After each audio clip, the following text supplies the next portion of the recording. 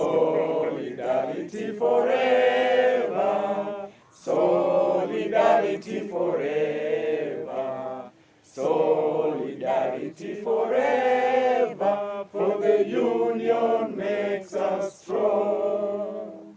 When you look at Parliament, as at now, all members of Parliament, it is their constituents who are affected. It is their constituents who are sick and tired of what is happening. It is their constituents who are in various hospitals. And therefore, as we speak now, we already have around 111 members of Parliament who've texted me and assured me that they are going to sign the impeachment motion and they are going to support it on the floor of the House. And this will be the greatest impeachment ever. Why? Because of the arrogance, the ignorance of the Cabinet Secretary for Health. And you know, when you are a Cabinet Secretary for Health, you must be very careful because you have to look at your credentials first vis-a-vis the people you are heading. If you did diploma online and you are coming to dictate or demand on what should not be demanded from the doctors, these are people who sat in class for 6 academic years. And having been a president of the University of Nairobi, I know what the doctors were going through. These are people whose parents toiled and moiled. They also toiled and moiled just to be where they are. And then when it comes to the payment, how can a cabinet secretary earn more than a doctor? And a cabinet secretary who does not qualify for that matter. And therefore, she will be impeached. We want this defunct government to move with speed. The president should not leave the country when there's a serious crisis, when people are dying. The health ministry is unhealthy. The health ministry is sick. The country is sick. And therefore, as a result of that, we have come up with an impeachment motion. We are going back on Tuesday to Parliament. And this is the letter that we've sent to the clerk of the National Assembly so far on an impeachment motion that we want to impeach the Cabinet Secretary for Health, Nakhimichas, and we want her to continue staying at the funerals where she's enjoying staying instead of meeting the doctors and doing her job. So the letter reads, Notice of Motion, the removal of the Cabinet Secretary for Ministry of Health, Susan Nakhimichas. Pursuant to Article 152(6) of the Constitution, as read with Standing Order 66, I wish to notify you of the intention to move a special motion for removal of the Cabinet Secretary for Health from office on 2 grounds, namely, number 1, gross violation of Articles 26(1) and 43(1)(a) of the Constitution, which provides for the right to the highest attainable standard of health respectively, and 2, incompetence. The Cabinet Secretary, the above grounds are based on the following particulars. The Cabinet Secretary has failed to appreciate the seriousness of the strike and has failed to provide a lasting solution to settle the demands of the medics, including hiring of trainee doctors and payment of salary arrears. Number 2, the CS failed to avert the doctor's strike, which has now entered its 3rd week. Those are 21 days. The CS has instead taken a hard line and is instead threatening the striking doctors with immediate sacking and replacement. And therefore, we shall disappoint her and we want the president to appoint somebody else. Number 3, as a result of the doctor strike, scores of Kenyans have been unable to access medical care, and in dire cases, some Kenyans have lost their lives.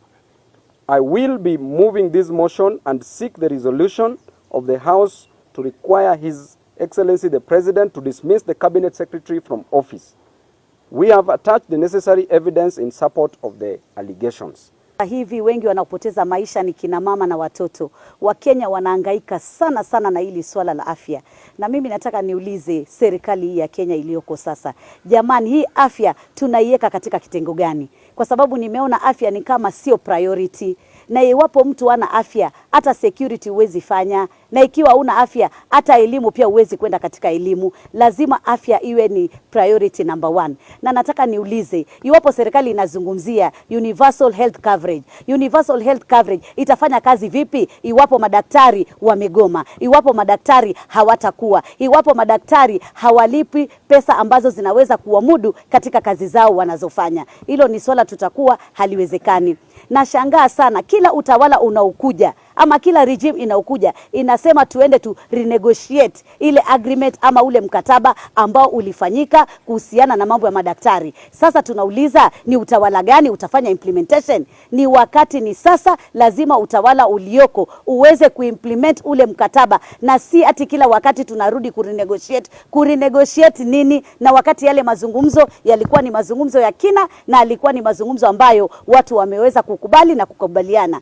Ni masikitiko makubwa sana ukiangalia hapa Kenya kwa zaidi ya miaka 7 madaktari hawajaandikwa, lakini leo jeshi, kila mwaka wanajeshi wanaandikwa, kila mwaka polisi wanaandikwa, kila mwaka sekta zingine zinaandikwa. Kwa nini hii madaktari ama hii mambo ya afya imechukuliwa ni kama ni jambo ambalo halina umuhimu? Na tunaona ya kwamba huwezi kufanya chochote usipokuwa na afya. Kwa hivyo tunasema lazima madaktari waandikwe. Leo hii oncologist, madaktari ambao wanaangalia kansa, na kansa imekuwa nyingi sana katika taifa letu, hawako zaidi ya 20 katika Kenya nzima. Sijui hao 20 watagawanywa vipi katika 47 counties. Ukiangalia neurosurgeon, sisi kule Coast Region nzima tuko na mmoja peke yake anaitwa Dr. Okanga. Sijui ataenda Kwale, sijui aende Kilifi, sijui aende Mombasa. Sasa tunauliza jamani, hii wizara ya afya inaangazia haya mambo, haya matatizo nyeti, ama tutakuwa kila saa ni mambo ya paka mshikepanya? Tunasema ya kwamba hakuna tatizo ambalo halina suluhu,